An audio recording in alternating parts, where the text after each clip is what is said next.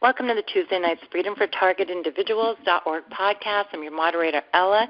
You can join us live, which I encourage people to do, every Tuesday and Thursday beginning at 9 p.m. Eastern Standard Time by calling 515-606-5187, entering the ID 40014# in case you're catching this on YouTube and you'd like to join us.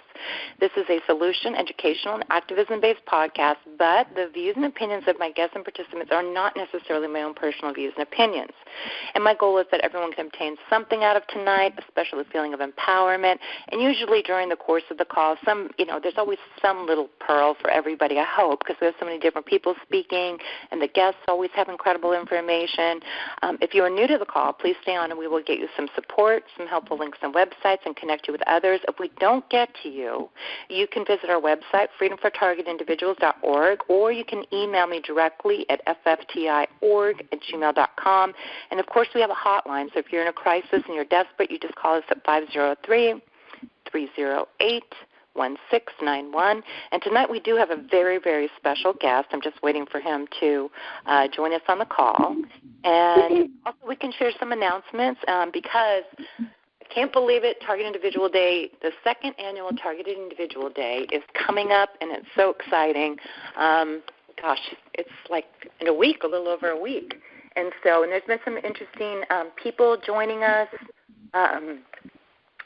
Italy now is having a Target Individual Day, so that's really exciting. Let me get to my other things I wanted to read to you guys. We have a lot of support groups emerging. There's a new one in Ohio. And they're cropping up everywhere. People are taking a chance and having courage and feeling better because of it, and going out and do flyers in your community. And people say, "Oh, what's the point in flyers?" You're educating the public, and it's the public that's going to put a push on law enforcement and the cops, and the government, because if enough people are concerned about this topic, they're going to have to address it. And I know some people are complicit, and there might even be people that are hired, but it's not, in my opinion, across the board. That's just maybe just being sensitized to this. You may think that, but I talk to plenty of people, and I can tell. My instincts are usually good 99% of the time. They're very genuine. Some people join the government, the FBI, because they think they're going to help people out. And the FBI is interested in supporting us. I went to the FBI, and he was all on board. This is before it escalated, but he was all on board trying to assist me. I just went in. Actually, I wasn't even that stable. I was kind of crying because it was affecting me, and I was being too emotional. I wanted to be strong for my kids. But back then it wasn't quite to the level that I experienced after the fact. So there are good people. And I do believe that there's enough good people in the government and good policemen that we can have them assist us. I think it's atrocious that we're not being assisted, but it's still because people are not aware of it. So those rallies, those flyers, all the YouTubes in a professional manner. And I'm not saying you have to be a professional, but just in a way that's understandable and that, clear communication, because people can't hear if you're like ranting and raving. And people in person, when you're behaving that way, it makes them a little fearful, especially if they've never heard about it. So all these things we're doing, we want people to hear about it and not think that there's some issues going on. That this is the modern day. Technology is king. It's a little frustrating to me if they can't understand that. And there are very advanced military weapons that can do these kind of things. And I do believe that these weapons can also be sold on the dark web, and then on the black market. I just think that why not? You can get all kinds of things on the dark web. I mean, it's disgusting, actually. And you can buy things on the black market. So it's not unlikely to me. It makes sense to me that other groups, criminal groups or whoever, are participating in these kind of crimes. So I don't think it's a one-prong thing like this, one button. I just don't think that, because this is a global thing. And that it just is. I don't think America's behind the globe. So I just don't think that pointing fingers at one person, one entity is accurate. I don't think they're controlling the globe. Anyway, so I'm looking for my policeman. Are you here, Chief Jones? I'm looking for you to star 6. Star 6. Hopefully he'll be here soon. Just star 6, Chief Jones. If you're on here. He did call me, or he did reach out to me earlier, and I just got the email late, but he didn't say what it was about. He wanted me to call him. I wonder if he has to.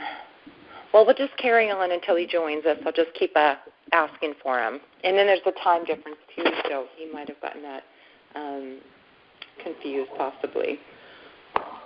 Okay, so some of the things I wanted to talk about is it's time to get ready to come out to Portland, or you can go to Line Stand Targeting and try to find another city that's close to you. But I really want a large turnout for Portland because it looks great on camera, and it shows that we're not just a handful of people talking about it. We're a large group talking about it, and it's very powerful.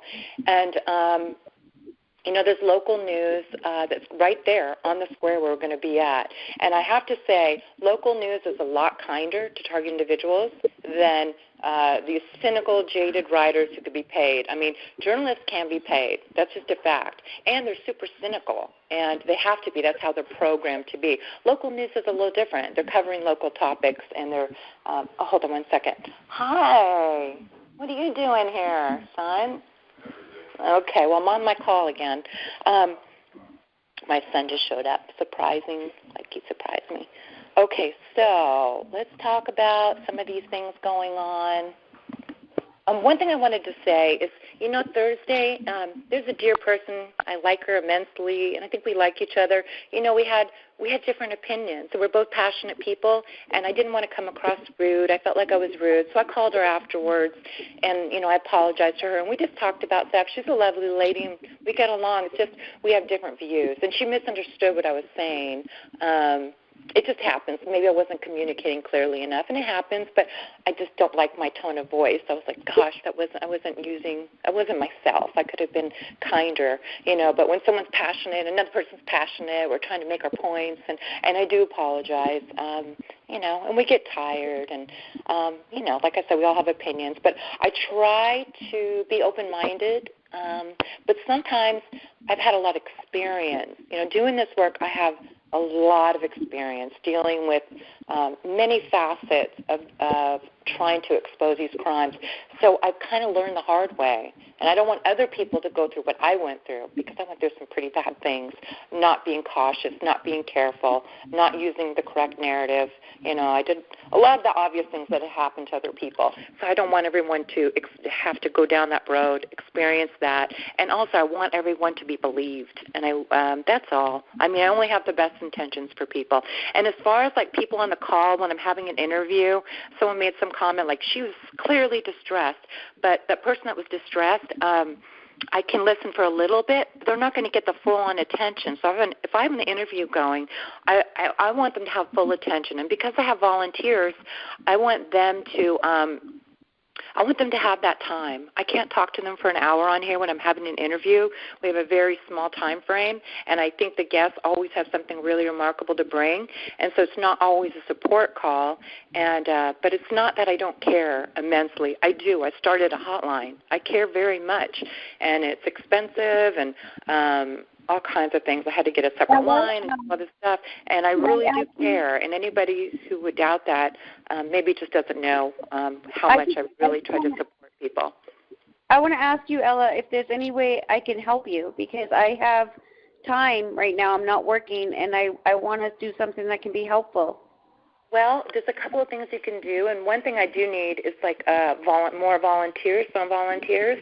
And so if that's something you enjoy, let me know. Just email me at ffti.org@gmail.com and just say, that you were on the call and you're interested in volunteering on the phones.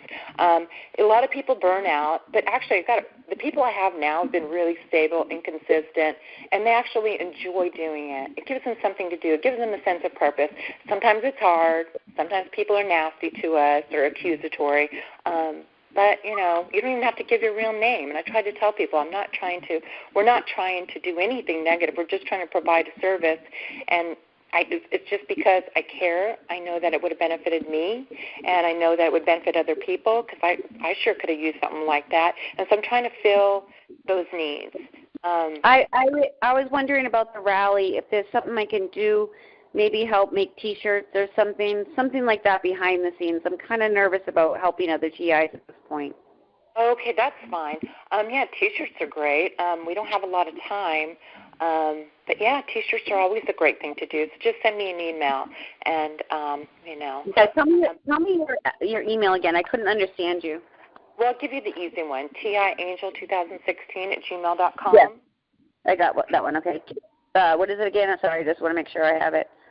T is in Tom, Indigo Angel. Careful. Yeah. There's a lot of them on the phone. I think you're unmuted, sir. We can hear you. Correct. Okay. Oh, is this Chief Jones? No, I guess not. Chief Jones, just star 6, and we can get... Oh, your number. So. Someone's unmuted and they don't realize it. Hold on. I think it's 225. Yeah, that's me. Okay, yeah, let me mute you. Oh, sorry. Yeah, go ahead. It's okay, don't worry. Happens. Especially if you're new, they don't really understand. They forget. It takes training. I did the same thing. Okay, Chief Jones, if you're here, just star 6. I'll probably be on in 30 minutes or something, maybe the time thing. Could you tell me again where the rally is? Well, we're having one in Portland, Oregon, a big one, and there's also going to be some satellite cities. If you go to alliance2endtargeting.org, there's cities listed. Again, we really want to get the out. We want to make an impact. There's another person. 657, you have. Do me a favor. If you're not talking, please mute yourself. And I might have muted the speaker. Just unmute yourself again. Like I said, sometimes people have noise on their line. So, okay. Hold on just a second, guys. What else? I wanted to announce some other things. Hold on one second. I have to check on my kids for 2 seconds. Hi, Ella. When is the Portland, Oregon rally? It's going to be August 29th. Okay. August 29th. Is Yeah, there a venue? Around noon, 1 o'clock, and go. You're welcome to stay the whole time. Hold on one second. I'm going to mute myself and just talk to my kiddo. What you doing?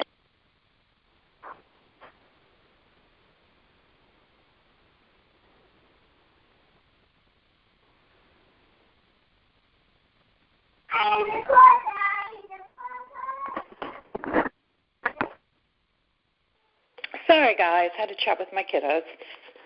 Okay. All my kiddos are around. So even the ones that moved out, they come back. You know how it is. They're all so excited to move out, and then they realize it's a little harder than they expected. Okay. I want to say one more thing. I'm sorry.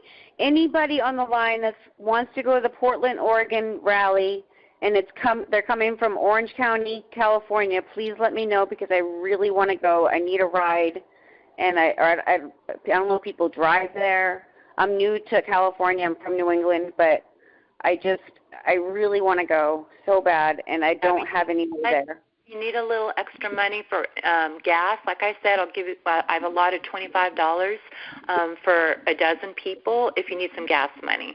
And when you get out there, I'm going to have food and sandwiches and a nice lady paid. I wanted to have coffee for everybody, and so.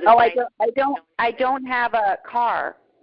No, I realize that. But if someone's going to drive with you, I can offer them some money because I know a lot of people. Wow. Thank you, because I'm struggling with money so bad. I just want to go to this so much. Okay, no problem. And there's a lot of people who have hotel rooms to share. A lot of people got individual hotel rooms, and I wish my husband would let me bring everybody over and we could just have 20 people sleep here, but he's not down with that. Yeah. How can I get somebody to help me? Do you know how I can go about that? To go for a drive, to be picked up? Yeah. Hi, Sue. Sue in the chat. I would just announce it, and I can say, email me at tiangel2016@gmail. Say hi and remind me. And then if someone's listening who doesn't want to speak, just email me and say, hey, I want to give that lady a ride. So it's tiangel2016@gmail, and then I can connect you to. And you know who I am? Just say you were on the call looking for a ride, and I'll know. Okay. Okay. So, again, I'm looking for Chief Jones. Are you on the call yet? Let's see. Chief Jones, we're looking for you. I hope he didn't have to. I hope that's not why he emailed me to change it. Well, if he's not here tonight, I'm sure he'll be on Thursday. He's a great guy. He's so well-spoken, and he's very intelligent about what's going on with target individuals. And he's trying to, talk to other police chiefs and other police departments to let him be, so they can be aware of it. Because I remember he told me, we had a long discussion, he told me, like, he had talked to another policeman about this. Because you ever heard about this? And the policeman said, yeah, I have. He goes, why didn't anyone tell me? And he goes, well, it's not something we talk about that much. I was like, that needs to be talked about. And so he has some ideas, and he's been very helpful to other target individuals. And we'll just wait for you here. He might show up at 7, I have a feeling. So, yeah, just because of the time difference. I sent him I thought I told him it was Pacific Standard Time, but we'll see. So what other things did I want to read to you? Hey, Kaylee, I need you to come downstairs. Sorry, I thought it was muted. I always unmute and mute. Missy. Okay, so some of the other things I wanted to share with you is all these groups. So there's one in Ohio now, and you can email me, and I'll put you in contact with the person. Let's see, Targeted Colorado. Okay, so I know some people are going to City Council to, this is Constance, let's see here. There's a lot going on with the 5G opposition, so I believe it is in Colorado. People are going to the City Council as to create opposition, to discuss their concerns about 5G. And so, hold on one second. What's up, hon? Okay, it's going to be really noisy. Okay. Cooking's not quiet. Okay, so then we have, let's see, Targeted Nevada. Let's see what's going on with them. Okay, so if you live in Nevada, there's also a group, and you can go to Twitter and then look up /Nevada Targeted. So it's twitter.com/Nevada Targeted, and you can just say, hey, I want to come to the meetings and be involved with that. We have this great woman, Heather, down in California. She's really trying to spearhead these support groups and help people out. And we're just trying to motivate people to do that because you're going to be a lot happier. And you just have to remember to give people a chance. I've done it, and I can't say anything that has ever really happened. I've had some mean people, but, yeah, there's some meanies, but it's okay. I forgive them because of what they're going through. Let's see, and I can be a little cranky too. So anyway, so then let me go to something else I wanted to read. Hold on one second, guys. Hello, this is Cheryl. I'm announcing myself. Hello, everybody. Who's this? This is Cheryl. Hello, go ahead, everybody. Cheryl. Hi. Hi. Okay. I was just going to share some more information here. I wanted to share... Let's see here. Just going to take a second to boot.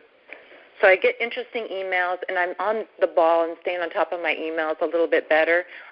Sorry if I waited a week. It's just I've been so busy with all this stuff. So just all that with the TI Day rally events, the hotline, my family, everything else. Okay, I'm trying to step up my game as a mother.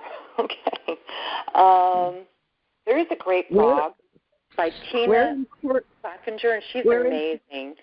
She's a Christian, but she has some people I know don't like that, but she has the most wonderful book. She's an amazing writer, and I really want people to check it out. Let's see if they sent me the link. It's inspiring, so inspiring. Let's see where we are here. Okay, so you just go to, I'll put these links below in the video as well. So it's TinaPlackinger.com/blog. Let me spell it for you. So it's Tina, Tina, P as in Paul, L as in Apple, I'm sorry, L as in love, A as in apple, K as in king, I as in indigo, N as in Nancy, G as in giraffe, E as in Edward, and R as in Ralph.com/blog. I mean, she's so inspiring to me. She's like a bodybuilder. She's this amazing woman, and I hope one day to have her on a call. Let's see, I'm going to do a double check here. Chief Jones, are you here? Just *6. Chief Jones. Hope he makes it. He's amazing. And I love that retired Chief Police is very interested in this topic and is trying to assist us. Okay. So that's the one of them I wanted to share. Let's see what else we have here. Okay, so Cleveland meetings, I covered that. Okay, so in Italy, they're also added to the list, and it's very exciting. Let's see if I have a contact person here. Oh, it's so small. Well, it's in Italian. But what I'll do is I'll put it in the link, put some links below the YouTube. But I'm just very excited that they are deciding to participate. I know Australia is probably going to come together. It's such a big country like our own, so they're probably going to have one on each coast. Okay, so got that covered. And then I wanted to read you. I've got some more shielding information from an EMF specialist. So if you would like that, feel free to email me at tiangel2016@gmail. This is the guy, again, who's a specialist. I've had him on my show, on this call. So if you want that, you just email me, and I'll copy and paste it into your the body of your email. I can't guarantee all of it, and like I said, what works for some people doesn't work for others, but I'm giving you everything I have. I don't recommend really expensive things, like I said, because if something's expensive and it works, I would have heard about it. I just haven't heard anybody say they've had success long term. Okay, what other ones? South Korea is having an event too. Okay, so then South Korea is also going to be having an event. So I know we have a lot of Koreans listening. Actually, you'd be surprised. I hope I say it right. Seoul, South Korea. Shayla just wanted to share that, and Shayla is my sister in activism. She has surveillancesurvivors.org as well as Alliance to End Targeting. We're all on the board together. So Chief Jones, if you're there, again, just *6. Let me search his number.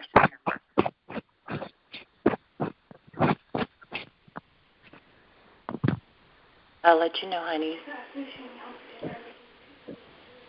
Okay. Okay. Hi, I'm Hope. I just wanted to announce myself. Excuse me. I'm sorry to cut in. I'm Hope. I just wanted to announce myself. Hi, Hope. Paul. Hi. And so Austin will be having an event as well. Just go to Alliance to End Targeting and .org, and you'll be able to find an email. There's some issues with maybe some things on Alliance to End Targeting, but I'm sure she got it all worked out. Okay. Who else? So at this point, we can chat while we wait for Chief Jones. So again, *6. If you want to talk about the rally, if you want to connect with somebody. The weather's supposed to be nice, and it's probably going to be cool too, probably like 78 around there. So anybody who's hot, you need a little break from Arizona or whatever, you're welcome to come up. Not that I'm trying to dissuade you from an Arizona event, but anybody who's in a hot area like that, you're welcome to come to Portland. And you can also, if you're going to come, if you could sign up at PortlandPIRally@gmail.com and just let us know you're coming so we can get a proper head count. And I got all that. Can I announce myself? I'm sorry? Hello. I've never done one of these things before. My name is Lori. I'm calling from Cleveland, Ohio. Well, hi there. Hello. Mm-hmm. Yes, can you hear me? Am I on mute? I can hear you, yes. Okay. Well, welcome to the call, and we're basically waiting for our guest. He's a retired police chief, and he should be here soon. We're hoping. Oh, good, good. I think like I said, I think he's going to be here at 7 o'clock. Okay, and I don't mean to interrupt, but I just wanted to mention one thing that I didn't see Cleveland, Ohio listed anywhere, but I have organized something for the city of Cleveland, Ohio, for those that cannot make it to New York and Chicago.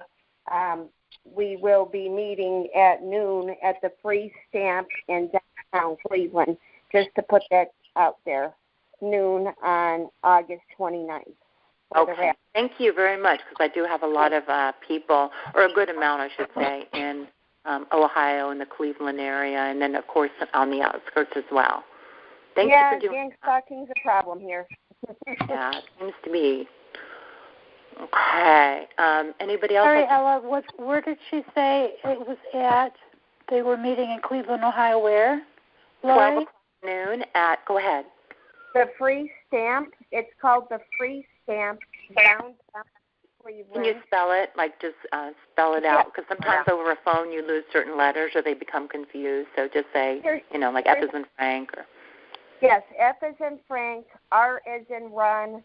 I'll try to put these two together. E as in Elephant, E as in Elephant, S as in Sam, T as in Tom, A as in Apple, M as in Mary, P as in Paul.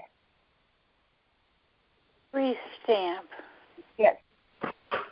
What is that exactly? It's downtown Cleveland, Ohio, yes. Downtown. Okay. Thank you. Yes. Uh-huh. Is there a way to reach you, Lori? Yes, there is. I can give you my email address. Okay. Okay, it's all lowercase now. Now I'm just starting this grassroots kind of a effort right now for the Cleveland area because there's a need for it. So some things are going to be kind of informal here. So my email address is all lowercase now. It's KITTYMOMMY777@gmail.com. Okay. Yep. Thank you. Okay, guys. What else can we discuss before he comes? I do want to give a shout-out to Amy Dale. She's been helping us and really worked closely with us here in Portland to create this event and to make it happen, and she's just been very reliable, and I appreciate it. So thank you, and thanks to Tobin. He's going to be helping us as well, and Lisa in Southern Oregon. And we just have all these great people. And then we have some people coming from Sacramento. A shout-out to Michelle and Kendra and all the people that are coming up. I look forward to meeting them as well. Part of the fun for me is I get to meet people in person, so I'm excited about that. Okay, so Chief Jones, if you're here, just *6. Hope he comes today. Okay, I'm going to go ahead and give him a call, so I'm going to put myself on mute. Feel free to speak amongst each other or with each other. Hold on. Hi, for the caller from Cleveland, I live in Dayton, Kettering, Ohio, and if you could get on the chat and put your email there, I'm a TI in Ohio. Sure thing. How about I just give you my email, and then you could just go from there.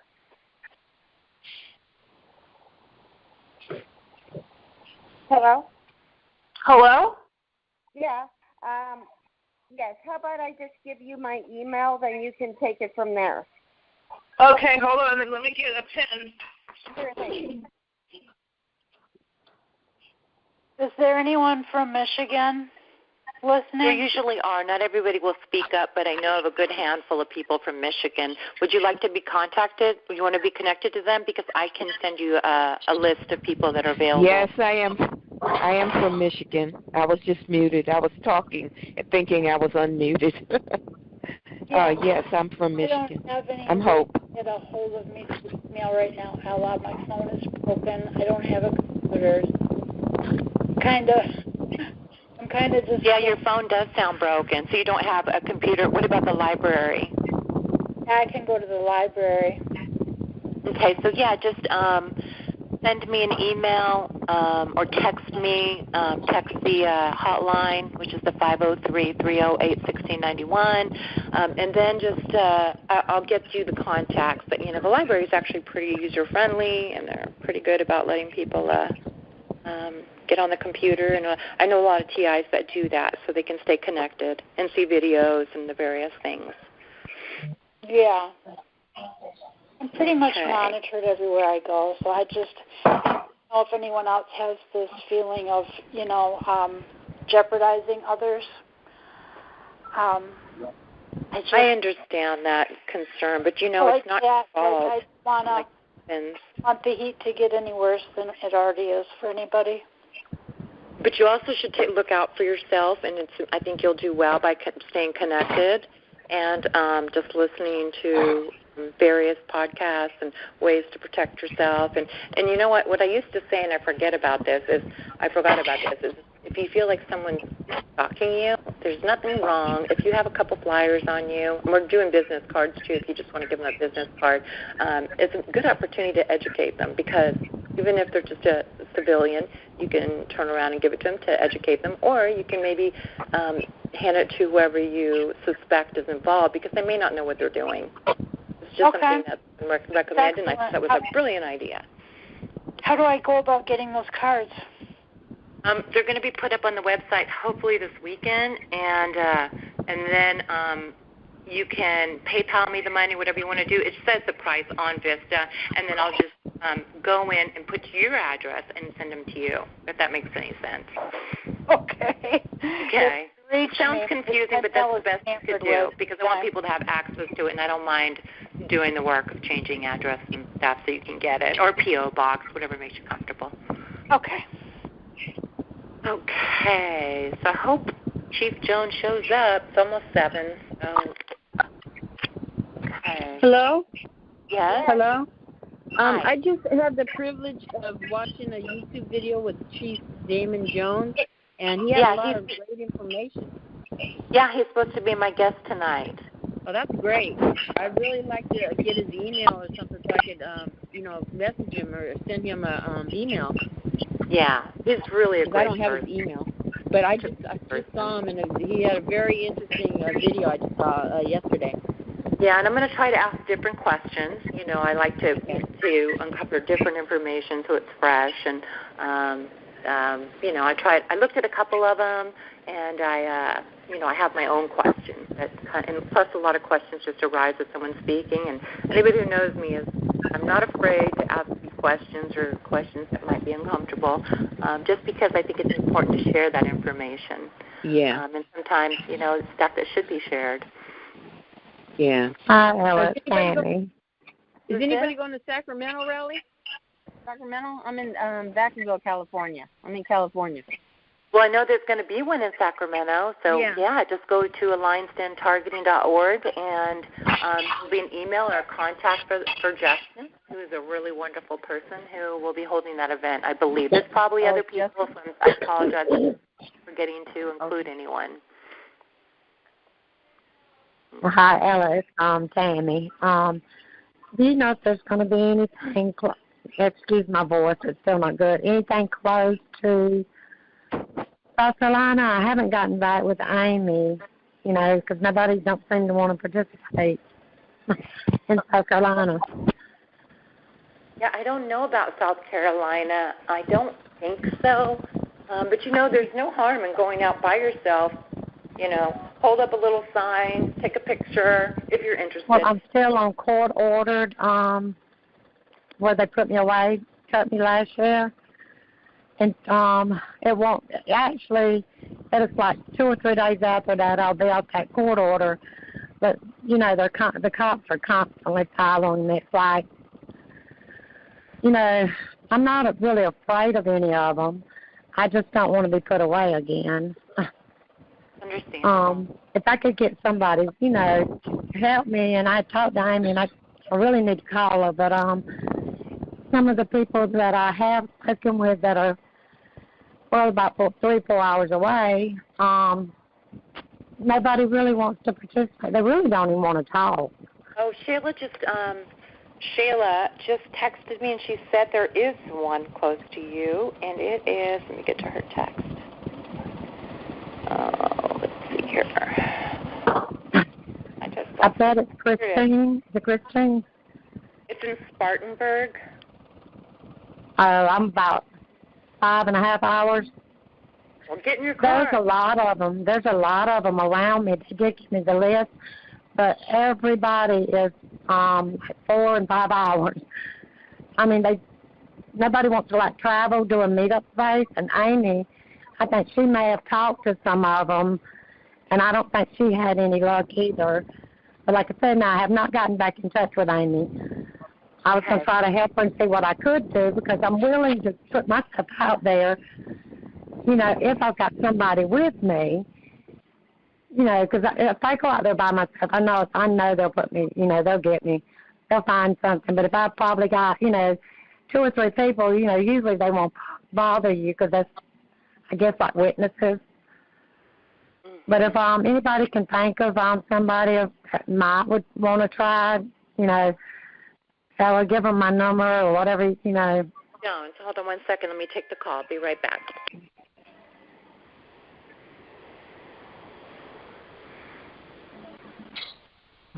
Hi, Cleveland.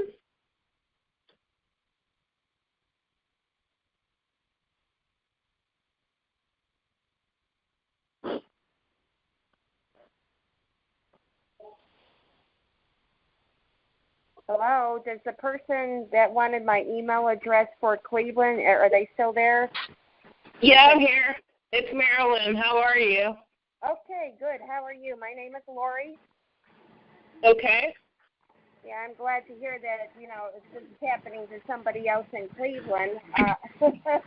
You know I couldn't be the only one in Cleveland, considering that the Northeast Ohio region, this whole Northeast Ohio area is 36% gang stalking in the whole nation. So I know that... I'm in Dayton, Ohio. I'm in Dayton, Ohio.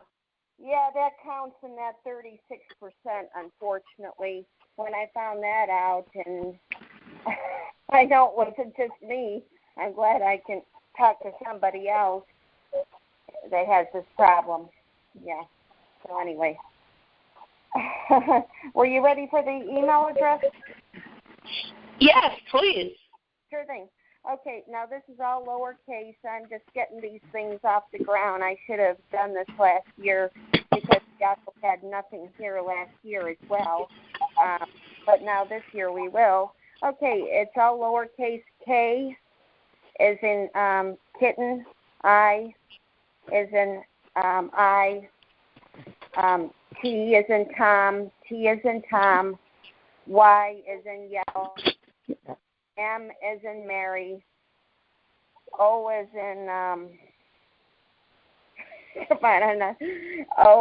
O. Okay. M is in Mary. M is in Mary. Y is in yell.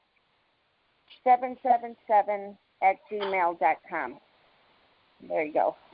Okay, let me read it back to you. Kitty Mommy 777. Yep, you got it. Okay. All right. So I've been a TI I stopped counting the years. It's almost 20 years, I think. Yeah. Kind of sounds like me. I've been a TI, I think, all my life. I just realized it in 2017. I just had a name to put to what I was going through. I actually had a name that they... Sorry to interrupt, guys. Again, I hate interrupting. But Chief Jones is here now. He's just calling in. Are you there? Oh, I thought that was Sam. He's calling in. Just talked to him on my cell phone, so he is calling in. So he made it. And we're probably going to break up the interview into 2. We're going to do an hour tonight and then maybe an hour on Thursday. We're just waiting. Sounds good. He'll be here in just a second. That's exciting. I'm glad he made it. I know a lot of people would like to listen. Don't hang up. You're about to hear Chief Jones. I saw 2 people leave. I want to hear it. I had never heard him. So. Yeah, good. I'm excited about it. Okay, let's see. Maybe I can plug him in. He's just calling in. Oh, there he is. All right. Okay. Hi, Chief Jones. Yeah. Hi there, sir. Hey. Hi. Yeah, how are you? I'm good. How are you? Oh, well, you got to excuse me just a little bit because I don't know why. I guess because my son, he's autistic, and I've been going through a lot the last few days with him. And I got my dates messed up, and I got up at 4 o'clock in the morning, and I was fixing to go to bed. Oh, and well, short. Like I said, we'll keep it short. Yeah, it's okay. That's my fault. I should have kept up better. No, it's no worries. We're just grateful to have you. I'm going to go ahead and mute the room, and we'll start our interview.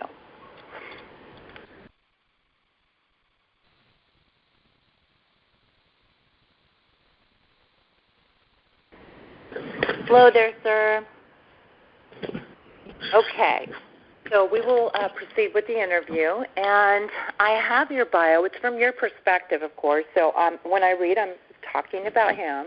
So he is a 40-year law enforcement veteran, and he started as a police cadet at the age of 14 in 1978.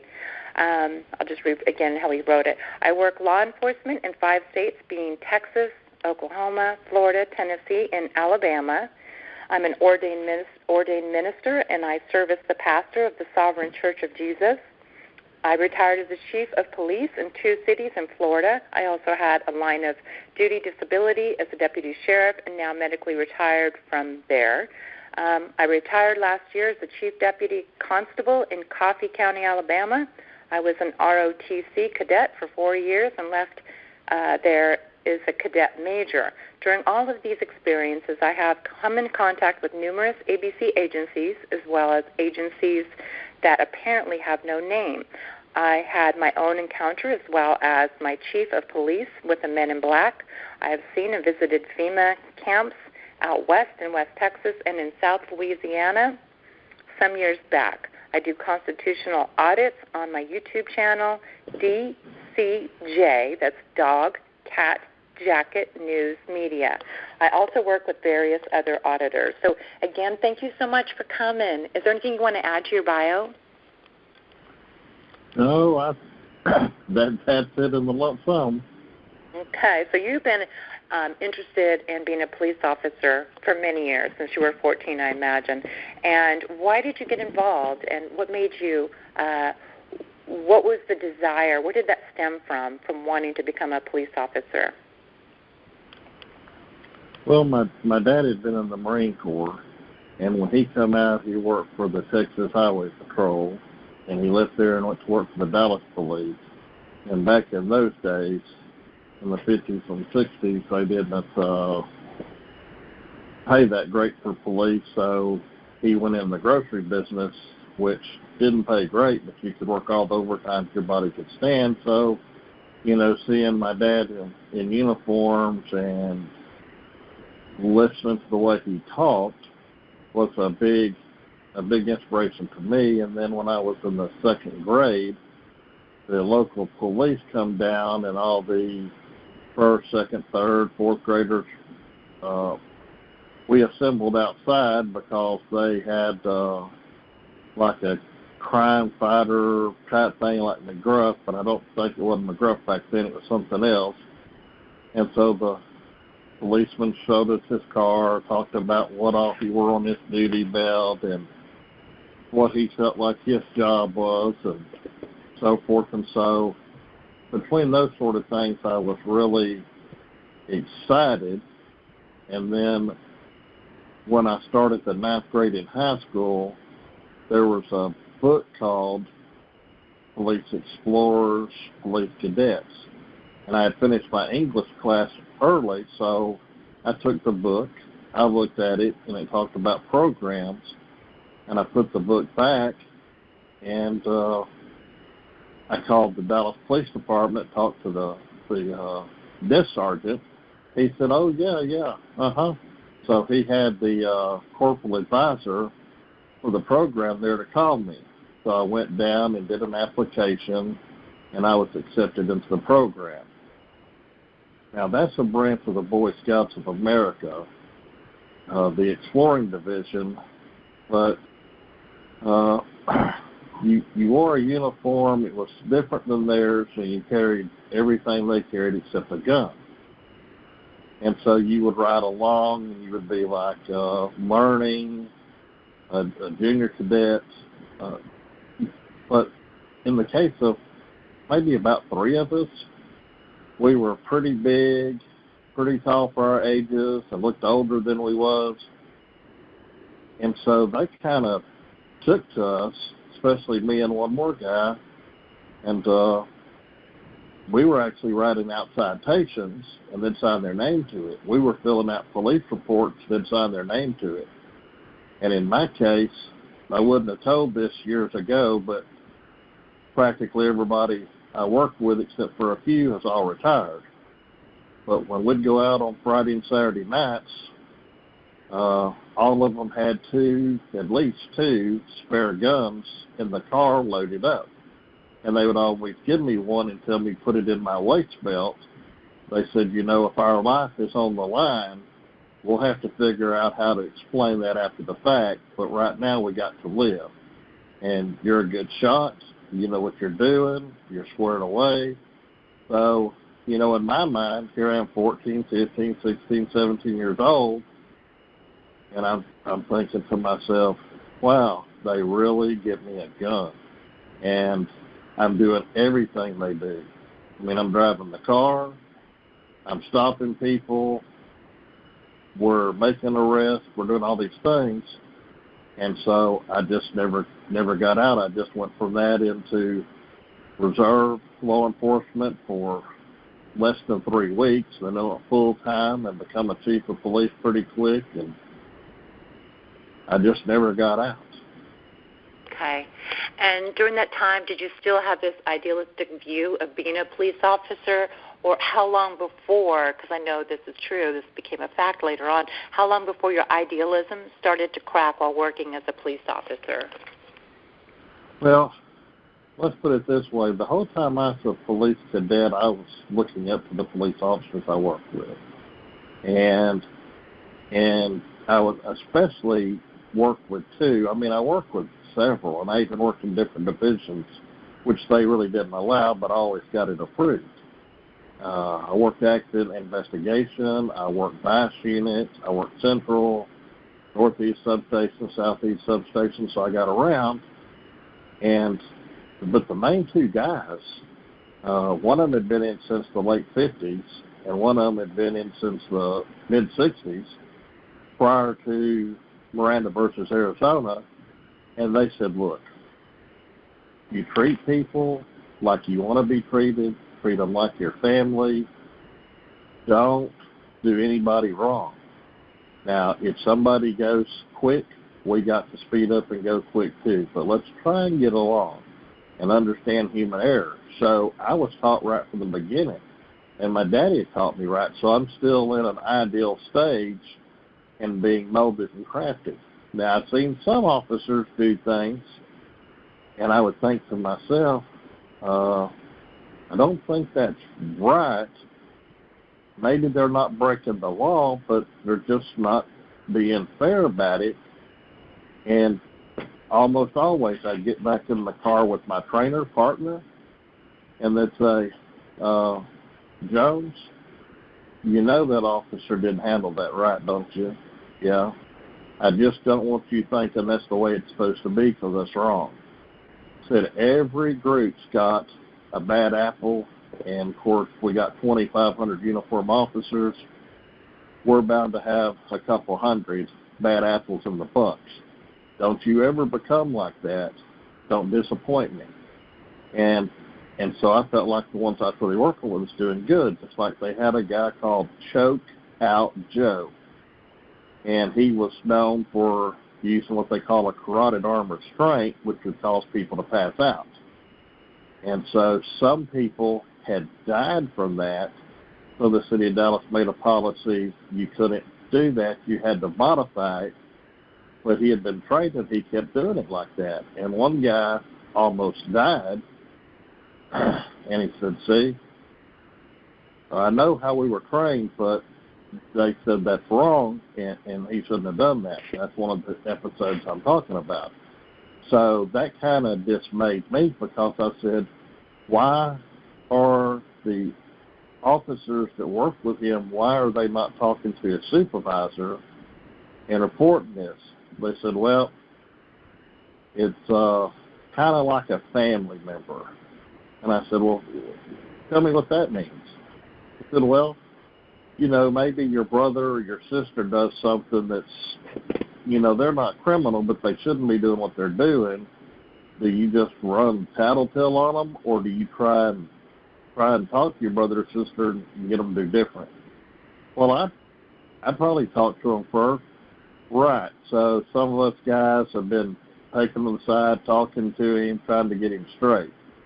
Now, if he keeps on, then we're going to have to go there. We ain't got no choice. So I didn't have a necessarily really bad taste, but it wasn't good either. And then when I got into law enforcement full-time, I still had a lot of my idealism, but I was coming more into reality. And I've seen police officers do many things that, of course, I'm a moral man on top of everything else. So some things they did, they would say, well, that's how men are. But I'd say not in uniform and a badge, and you're supposed to be a cut above. So I would see things that would really, really upset me. And I would go to supervisors, unlike the others. So it started to come apart. So it's kind of like a little roller coaster over the years. I've seen things go really, really good, and then I've seen them go really, really bad. And I would guess, you know, from the mid-'80s, I started seeing things that I questioned. People I would take aside and say, why are you doing it this way? And they'd say, well, you know, either you're with us or against us. I said, no, there ain't no with us or against us. I'm telling you, you're on a borderline, and if you cross it, I ain't lying for you, and they don't have to come find me. I'll go talk. You know, you're putting my life at risk, citizens' life at risk, other officers. So I got to say I've seen far more good than bad, but I did see it. I hope that answers the question. Okay. And then, I don't know, I want to jump into the targeting topic, but I do have another question. I'm just curious, before we get onto that topic, how has being a police officer changed since you first joined the force? Because I saw a big change after the Rodney King episode or the issue that happened down in Los Angeles. I saw a change. I mean, and also now with YouTube and all these video cameras, I imagine they can't get away with much anymore. I mean, I've heard nightmare stories, and I actually lived in Texas, and I heard things. And, you know, I understand that they just assumed, you know, they were frightened of an African American or a black man, and the way they treated him wasn't always the best. And also just how you treat like a potential perpetrator in general. Has that changed? So I'm just curious, because I know it's changed, but I want to hear it from your perspective. Well, sure. Let me say this. The very first call I went out on in uniform as a police cadet in Dallas, there was a guy, and we got a call about a guy being passed out or dead in front of an apartment complex right next to a major road. So we get a Code 3 authorization, lights and siren. So we're rolling down the road in a 30-mile-an-hour zone at 90 miles an hour, headed there to render first aid. We're there a lot of times before the ambulance. So we're hauling. So we get there, turn off the siren, lights rolling. My heart's beating out of nothing. I'm excited and terrified all in one time. We get there, and the officer, you know, is trying to talk to the guy and take a pulse, and he can't really get one. Then he does on his neck, and he said he's got a pulse. He's passed out and will smell alcohol, so he's passed out from drinking. So they had these ammonia capsules. And so he'd break it in half, and he'd run it under the nose, and the guy come around, and he said, hey, he said, where are you from? You know, and you know where you're at? So he treated him real good and real decent, and we took him down to the drunk tank. Now, he says now, because of what he did or he did it, he said, we could arrest him for disorderly conduct, but that doesn't do nothing but, you know, charge the man money for a behavioral issue, and we're going to take him down there, and he'll stay on there 4 hours, and they'll give him some coffee, and they'll give him a place to sleep it off and make sure he's good, blah, blah, blah. Well, you know, when we leave there, I'm kind of gung-ho, and I'm trying to, well, why didn't we put him in jail for disorderly conduct? He said, wait a minute, motor scooter. He said, you better slow down. Take it easy. He said, our job ain't to harass people or hinder people. The H in our job is for help, not hinder or harass. And I said, well, I didn't think that would be harassment. I thought he broke the law. And he said, well, he said, if we wanted to put anybody in jail, it'd only take about 5 minutes. He said, we just follow them around and they'd violate some kind of law. He said, that's not our job. Our job is to keep the peace of tranquility. We're peace officers. He said, don't you ever forget it. And I said, well, I'm sorry, I don't want to make you mad. He said, no, you just got to treat people good. He said, some won't let you. And he said, I'm going to tell you something else you might see an officer do. He said, officers actually stuck this ammonia capsule up one side of their nose. He said, you could cause them to have a heart attack or a stroke. He said it could be a lot of implications. Maybe they got asthma, and you literally kill them by what you're doing.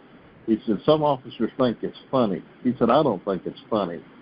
I've helped get rid of some officers that did that. He said, I don't know what was wrong with them, but they did it. And he said, I'm telling you, if I ever catch you doing it, I'll beat your tail end. He said, no matter what. I said, I wouldn't do that. He said, I know, I'm just saying it.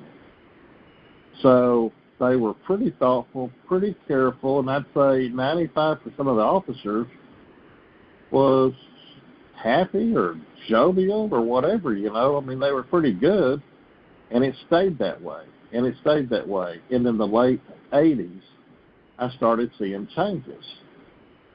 And when Bill Clinton took office, he started militarizing police, giving jeeps, tanks, flight vests, armored cars, all sort of things. But you had a lot of federal strings attached to it. You know, so although people do have some personal computers then, they were small and, you know, they hadn't really come of age. But he was trying to get out programs to cross-reference things and get reports back to them. And I said, he's trying to militarize us, you know, like we're little militia groups or can be conscripted into FEMA or something in time of emergency. And so I started seeing it change, but it wasn't real fast. But by the late 90s, almost all the little agencies around that have a tank or jeeps, they just had a whole bunch of different things in police and started to change the way they're thinking, like instead of peace officers, were law enforcement officers. And I started to see a mindset change. So the guys like me that had been around a while started telling younger officers, hey, you know, no, this is wrong, and you don't need to be bringing all this excess personal equipment to work. Like, you got 6 sets of handcuffs. Why do you need 6 sets of handcuffs? Why do you got a baton that's longer than necessary? Why are you trying to use a reinforced steel baton versus a wooden baton?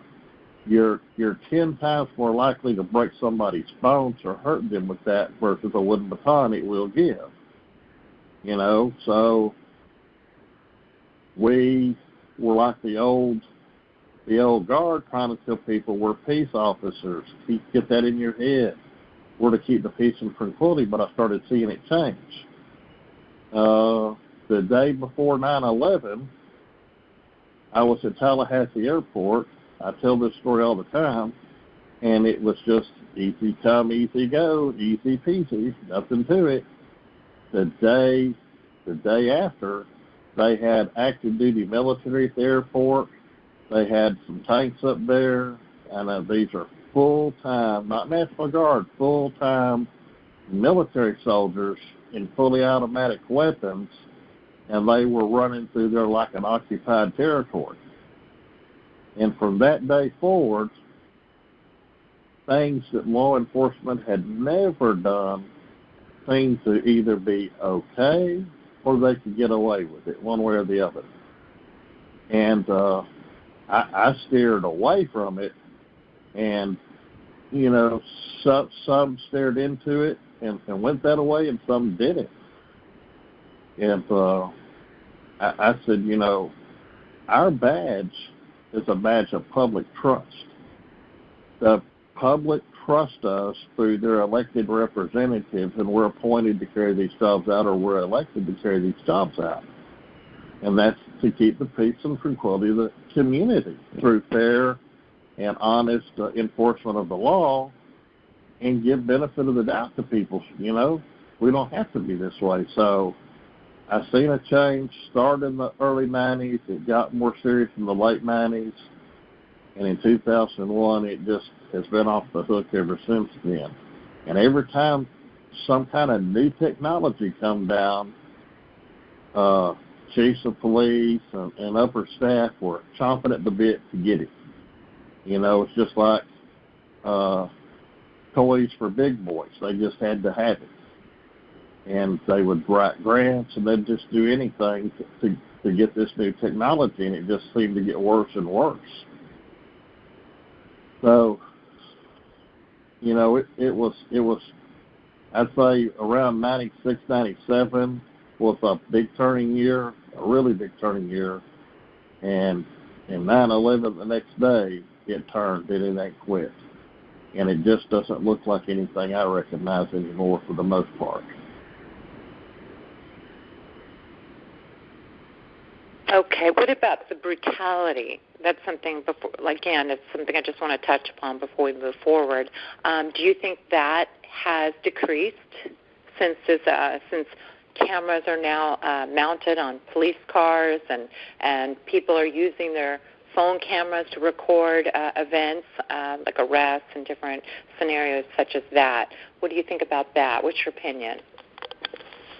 Well, I would say it depends on if you're in metropolitan cities or you're out in the country, what states you're in. Put it this way. New Jersey, prior to 9/11 and after, I don't see no difference. The police there always seemed jacked up and militant, and they were looking for a place to happen. And it was just real bad there. The Northeast Coast in general was bad. Around Southern California was bad. It's just as bad or worse. Now, with saying that, you know, there's a sheriff's office, for example, in Oklahoma. They got the first camcorder in no car. They don't have 0 body cams. They don't have cameras at the jail. They don't have it at the police department. They ain't got them nowhere. So if there's any video, it's somebody taking video of them. So now put it this way. Just today, near where my parents live, somebody got shot, and the police were going house to house asking what they call canvassing for any witnesses. Well, every house that had a Ring doorbell or a video system they was asking them if their video system was on, and they need to get copies of their video, et cetera, et cetera. So, you know, technology in some ways it's changed things, and in other ways, bad cops find out where the hidden place is or how to turn things off, or they used to have in the back of police cars, there was like we used to refer to it as a black box. Only a sergeant had a key to that box. And so it was turned off at the beginning of your shift. It was turned off at the end. He took the black box and downloaded whatever was in there, and then it went straight up to the administrative computer system. So good, bad, or indifferent, if you was joking, laughing, telling stupid stuff in the car, everything was recorded from the beginning of your shift to the end. And that's how it was. Well, some officers got in trouble, and like one officer, for example, in one place, he said, well, shoot, he said, my part-time job's locksmith. So he figured out how to make keys to these things, and so people was paying him like $100, and he was getting keys to these black boxes, and they was figuring out how to edit out part of the tape and make it look like the system was just crashed for a second, then it picked back up somewhere. So then at some point, some agencies got Wi-Fi systems. There was no way to get around it. So it would go directly to the tower and go to the headquarters, and it was being downloaded in almost real time. I mean, there was probably a 3 or 4 second delay. It went there. Some people didn't invest in that, some did. So if a police officer stops somebody and they're reporting, they're aware of live video, and they sometimes will get scared or concerned, and they'll walk themselves back or be careful how they say things and do. So it does slow it down, and it does change the atmosphere a lot of times. Now, sometimes that'll cause an officer to trigger, because in reality, until last year, every time I'd stop somebody, I never, ever, ever remember anybody ever pulling out a camera to videotape. Now, that don't mean they didn't have video equipment within their car that was hidden cameras and hidden microphones. But nobody just pulled one out on me and said, I'm going to record you. You know, of course, I'm not a jerk, but I never had it happen. And I'd ask other officers, and maybe one or two, and in the entire year said, yeah, somebody said, I'm videotaping my encounter with you. So it was still like 1% or less. Mm-hmm. So you think about how many police, sheriffs, constables, marshals, different state police around the whole country, and how many stops they make a day.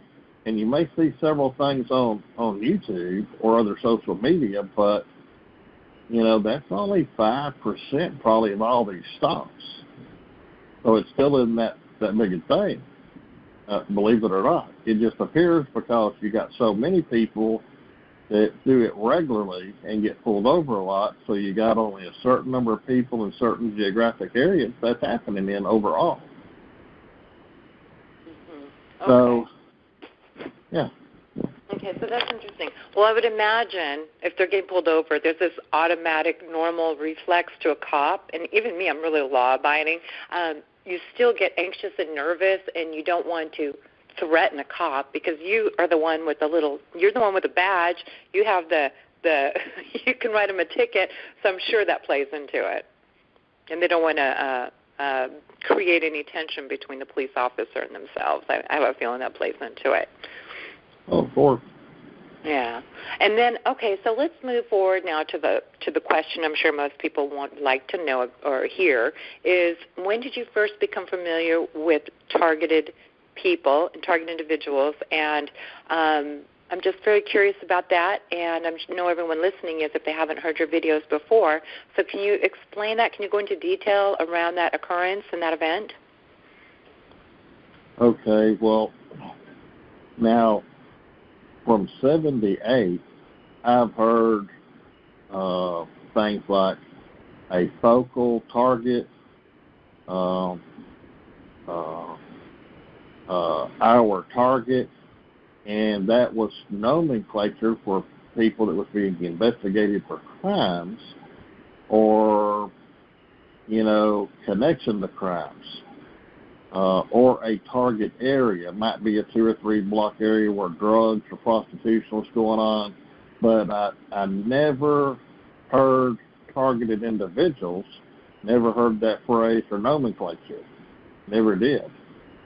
And the first time I become aware, well, in the mid-'80s, around 86, 87, I happened to be working with a man that was in the Marines at one time and with the CIA at one time, and his good best buddy at the next police department was, and they was talking about spooks, plumbers and leakers and all these kind of things. So they was talking around me and over my head and under my feet at times when they'd be talking. I mean, they're talking plain as day, but I didn't know what these particular words meant. I was getting a gist of it. And sometimes when I talk, this is my supervisor, sometimes when I talk to him, I said, I don't understand what this means or that means. And he said, well, it's generally on a need-to-know basis, and it's not something you need to know. He said, now, I will tell you this. He said, you got to be able to trust me because I might be your backup. And I got to trust you, you're my backup. I said, right? I said, so we don't need no miscommunications. He said, when I was in Vietnam, he said a lot of really ugly things happened there. He said, it's war. And he said basically getting at the end or very close to the end, he said, I, along with several other people, was recruited to do overseas missions. We'd gain intelligence on people. We had a lot of different methods on gaining intelligence. We would have to follow our targets by day and by night, try and gain entry to homes or businesses in foreign countries, et cetera, et cetera. And he said it stayed that way until the mid-'70s. In the mid-'70s, some of those things come home to roost in the United States. He said, now me, I thought that was unpatriotic, and I told him I wasn't having anything to do in the United States with this. And some other guys told him the same thing. And we told him we believe it was a violation of federal law, international law, and it violated certain human rights depending on what these jobs were. And we said no. As we continued to work in overseas operations, and they kept talking about their targets. But they were talking about groups of people. As a rule, there were individual people that was political in certain countries around the world. And civil wars going on, all these things. So I would hear what I would consider now to be the outer edge of a pizza, the crust on the outside. And then in 1990, then not him, but his friend told me, well, you want to get a job at a really good department and you'd like to double or triple your pay, you're good at what you do. And I said, yeah. He said, well, I know this guy, and if you call him, he's been down there with him for years. We used to work with him overseas and different stuff, and tell him, I sent you. And if he says anything like, I don't know who that is, or wants to play that little game, mention this operation we worked together on, and he said, you ought to get some action then. I said, okay. Of course, he was kind of an aggressive guy. So I called this police department. I talked to him. He told me he don't know who this guy is. He don't know him from Adam's House Cat. He don't know me. He don't know what he can do for me. And I said, well, he said to mention this operation he worked on. Phone goes dead. I said, wow. Wait a little bit. Called back. And so they told me he was a lieutenant. Said he don't want to talk to you. And said you don't need to be calling here no more. Okay. Next day, I get to the police department, and my chief of police, who used to work narcotics for the federal government back in the 60s and 70s out in Nevada and other places, but he was in southern Nevada most of the time, in around Las Vegas, that area. When I walked in the front door, the secretary was sitting across. He grabbed me by the arm, flipped me around, and taking me back out the front door, said, we got to talk. We got to talk now. And so he took me on the side of the building. He said, man, he said, I don't freaking know who you called, and I don't know what you said, but these guys in like an all-black car, all blacked out windows, looked like a government tag on the back, all black, and said, I'm talking about not one or two of them. He said, I'm talking a carload, like 5 or 6 of them, come out and they tell me, you got this officer works for you. This is his name, da-da-da-da-da. And you need to explain to him he don't need to call our friend. We got a lieutenant that's a friend of the police department, and he's creating problems. He don't need to call him. He don't need to mention his name, and he don't need to talk about no special operations. If he messes up, we're going to hold you responsible. Have a good day. And they left. And so he said, I don't know who it was. I don't want to know who you called. I don't want to know what it's about. I don't want to know nothing. Whatever it is, don't call him. Don't talk to nobody about him. Don't talk to somebody about this operation, etc. I said, okay. Pretty well scared me. But when the chief got scared, he was like, reinforced still. So if somebody shook him up, it had to be serious. So I rode around and I puzzled. Who in the world could this be? What's going on? Oh, well, I guess whoever it was, I don't know. So the next morning, I wake up to somebody beating on my door like rolling thunder. I get up and go to the door, and I got these men in black on my front porch. There's this all blacked out, government-looking car, tinted windows, and I don't mean like a little tinted, like limo tint. And, I'd see a few little antennas on the back and stuff, and they're telling me, hey, you don't need to be talking to this lieutenant no more. And blah, blah, blah, and said, we had a talk with your chief of police yesterday. He had to talk to you? Yeah. I said, who are you guys? That doesn't concern you. Just don't talk about this. Just don't do that stuff. And I said, who are y'all, Secret Service or something? No. I said, so y'all with the CIA or something? No. You don't need to concern yourself with that. Just it's going to be really, really, really bad for you if you mention any of this stuff again.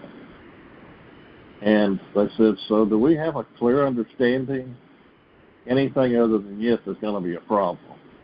I'm like half asleep, trying to think about what else going on, and they get in the car and leave, and when they left, like they just took off like a rocket. Not a rocket, but extremely fast. So I was pretty well shook up. I sat down in the chair for a little bit, thought about it, and I called my friend, and I talked to him and said, hey, the police officer guy that's your buddy told me to do this, and I called, and I was talking to him, and he said, well, I got to go.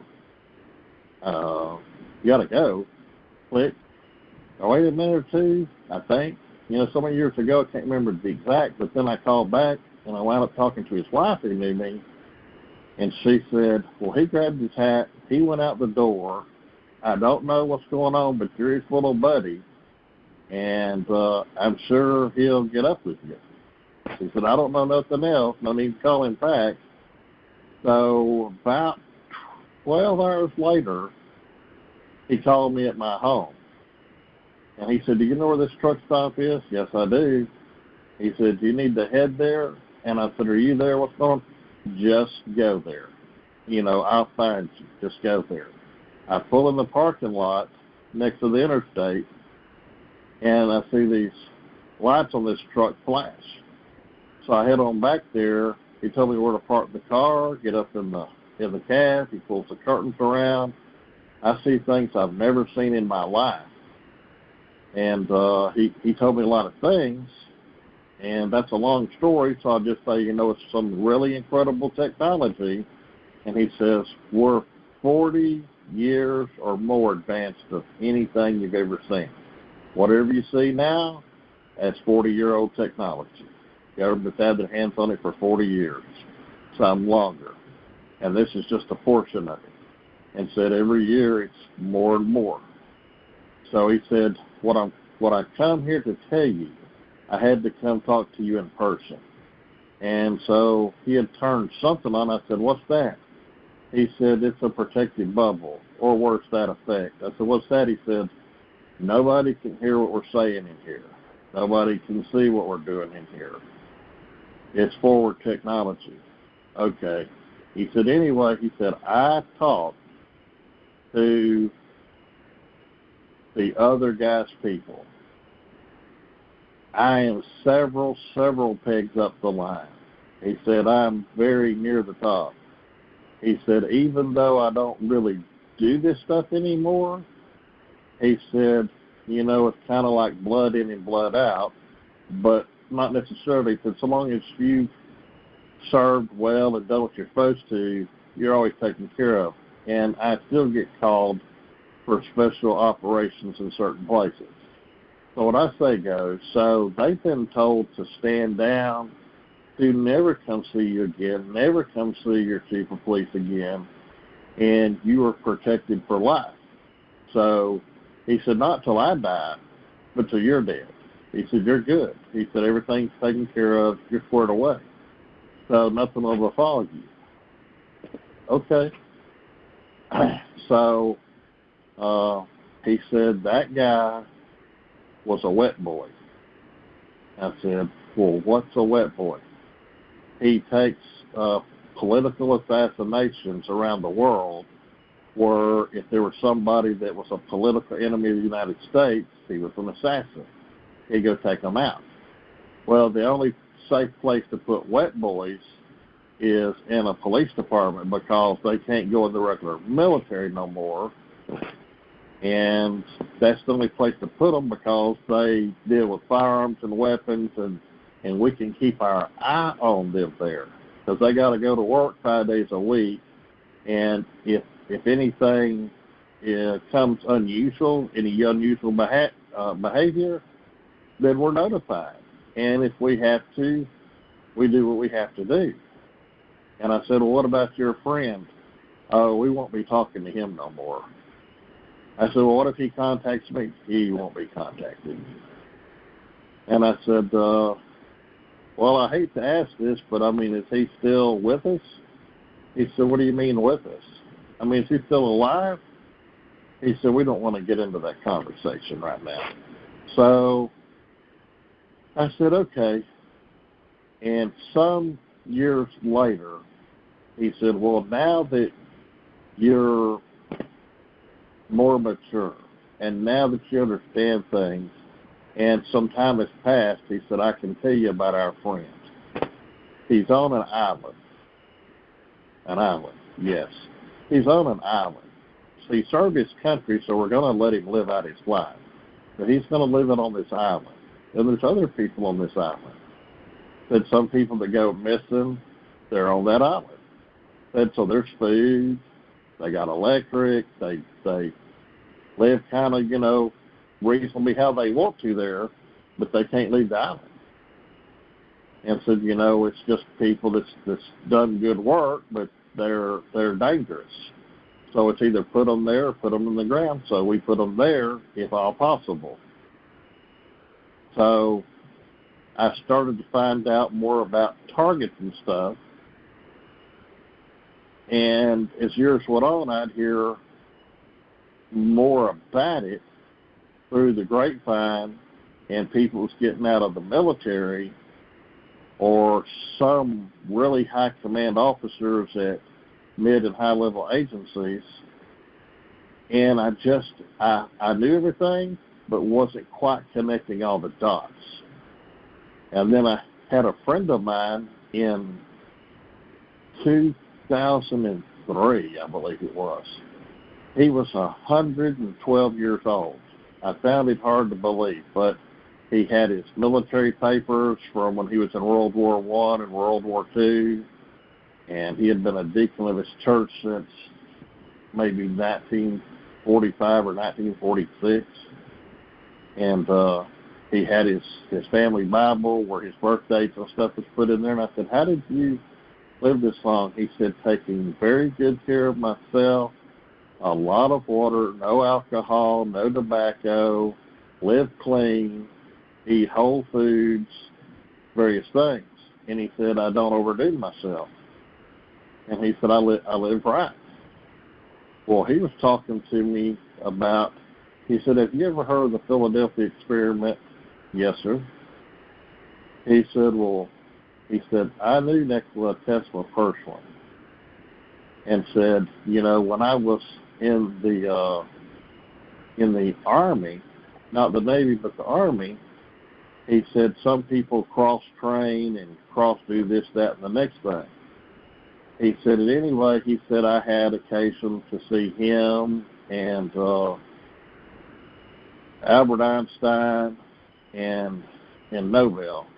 They were working on this experiment of invisibility.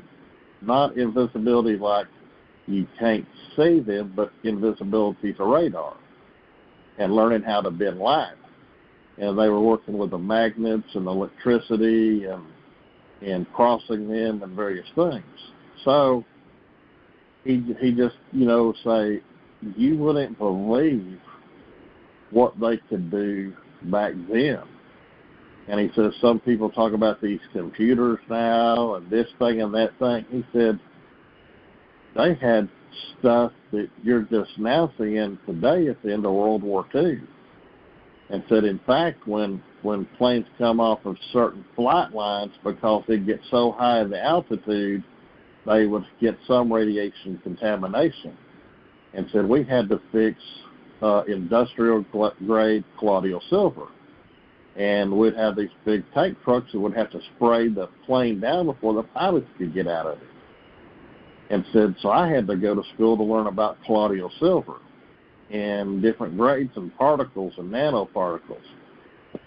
Anyway, I would talk to him quite a bit. We'd talk 30 minutes to 2 hours at a time. So he would tell me things about that and how the government worked and operated. So I'd get something from this guy, something from that guy. I start connecting dots. And then I talked to my old friend one day, and I said, seems like this all extrapolates out to the following. And he said, something like that. He said, you're definitely on the ballpark, and you definitely know a lot of things. There's some things that you don't know, but you know enough. He said, you know where it goes. Yes. So he said, that's it. And then so probably 6 months ago, 9 months ago, something like that, then I started getting some of my final pieces after all these years and said, wow, I've actually known all of this time, but I just lacked a few pieces putting the puzzle together. Knowing everything and having all the pieces of the puzzle, but not having them all fit together. So I'd say about 6 months ago, I got real deep, and I went to Fort Worth, Texas to meet with some people, to do some private conferences, and to go to some underground facilities and look at some things because of who they are and talk to them. And they said, most of the things you say, people are going to consider them fantastic, unbelievable. So for the most part, nobody cares what you say, because it's out of this world type of conversation. But, now if you get real specific and you start naming people's names, then you could have a problem. So I said, is it the military that's targeting people, police, or a combination, or is it corporations? He said, all the above. He said, there are some millionaires in this country, he said, some probably within 15 miles of here, that actually has bought forward technology. It's crazy expensive, and there's a certain number of scientists around the world and engineers that know how to do these things. And they buy these technologies. These, what used to be considered a laser gun, not a taser, but a laser gun, and not the kind for radar, but real laser guns that would actually shoot out a beam, one you could see or couldn't see, and, literally burn a hole through somebody or through a tree. And then they have these different types of technologies. So I probably won't never know everything, but I know far more than probably the super majority of people, and I'm still learning. I'm still immersing myself. I'm still having people that contact me through alternate means, and I still meet with people. I still get the information they give me. I go talk to other people about it. Sometimes people say, hey, we want to meet you at this coordinates. And I say, okay. So I find out where those coordinates are, go there. Usually it's late at night. And, I guess maybe I shouldn't be scared, but I guess I just ain't. I just go meet wherever they want to meet. And they say, well, we thought you should know this or know that, because some people have a conscience. I would say their conscience was covered up. They somehow, some way, divided their mind, like what they were doing was like playing a video game or something. It wasn't real life, well, yet it was, but their conscience got to them, or they're getting older, and they want things to get out there. They want things to be known. Or somebody in their family, somebody very near and dear to them, become a target of somebody else. And said, so, the government does a lot of human experimentation on people. Some medical research companies that are big pharma are involuntarily conscripting people into their medical programs. They've got doctors and pharmacists, engineers, other people that's in their pockets to do what they want them to. And said, if you go tell the police, they'll say, okay, we're going to put you in a straitjacket and run you on down to the hospital and get you committed. Because for the most part, police are as dumb as a box of rocks when it comes to this stuff. They have no freaking idea. You've only got a certain limited number of police in metropolitan areas, maybe the assistant chief, a bureau chief. You may have 2 or 3 people in the entire department know something. And they're working with the technology people, and they're connected in the fusion centers with all the ABC agencies. And, you're pretty damn high up to know these things. And it don't actually mean you're doing it. You're just aware of it a lot of times. But everybody, most police departments have no clue. They're just dumb. I mean, if I went and told them myself with all my credentials, I said, well, this, that, the next thing's going on, they'd say, all right, what you been smoking? Now, they know that I'm a smart guy. I worked with a lot of judges. I've worked with a lot of attorneys. I've worked with doctors throughout my life with my occupation and personal. And the average cop on the streets who you just don't know. You're talking Greek to him. And if he don't understand what you're saying, then he automatically assumes it must be wrong. And so he has to label you. You know, you're on too much meds, or you're off your meds, or you're crazy, or you're delusional. Something's wrong with you. So it's almost like in our technology today, if you was talking to somebody in 1915 talking about what's going on in real life today, they would label you as crazy. And it ain't because it ain't true. It's because they don't know it. They don't understand it. And people, human nature, they get scared of things they don't understand. And cops are hyped up to believe they're in control of everything, and they're the problem resolver to everything. They're the end-all, be-all. So when they can't come to a conclusion, they're inadvertently trained to label you and compartmentalize you and put you away somewhere. You go to jail, you go to the crazy house, or you're escorted back or helped back to your own home. So they got to get you to go away somewhere. And then they write the report up the way that they see it.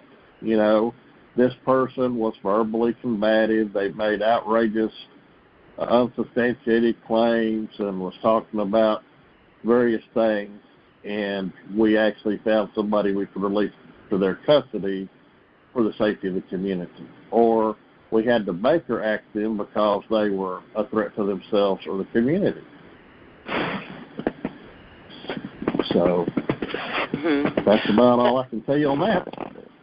Okay, well, my show here, my call is going to be ending, so maybe everybody you're going to have to wait, everybody, until Thursday, and we'll pick it up. If that's okay with you, just doing one more hour on Thursday. Well, I have to meet with my think tank Thursday at 8 p.m. Central Time. That's an ongoing thing. I meet with them. Okay, how about next Tuesday? Is that okay with you? Because the good stuff's coming up, and everyone can just hang on and come on back next Tuesday in regards to this, and we'll finish up. And the other thing I thought about, if people have questions for you, since I doubt we'll ever be able to get to all the questions, if you can email me, I can present those questions to Mr. Jones next week. So just email me at T as in Tom, angel2016@gmail, and just let me know what questions you'd like me to ask. And I just want to say thank you for your time, and I appreciate, again, I know just from speaking with you and listening to you that you're a very decent, good man, and we just appreciate you, and we appreciate that you're on our side and that you've taken an interest and you're trying to help us. So I just want to end on that note. Well, can I just say that my tihelpnow.com is up. I've been working on it for a couple of months, but it's up, and it's in its infancy, so there's a lot I got to do to build on there, but it is up. Okay. Well, thank you, sir, and we'll see you next Tuesday. And everybody, tune in for Thursday. I have another guest, and for the last half hour. So thank you guys for all coming. Appreciate it. Don't forget to get your tickets and make some arrangements and come to Portland. I'm only saying that because we're having our event. Otherwise, get to some of the other events or make your own event. And I just want to say thank you to everybody. Okay. Thank you, sir. Thank you, Mr. Jones. Yes, ma'am. Okay, bye-bye now.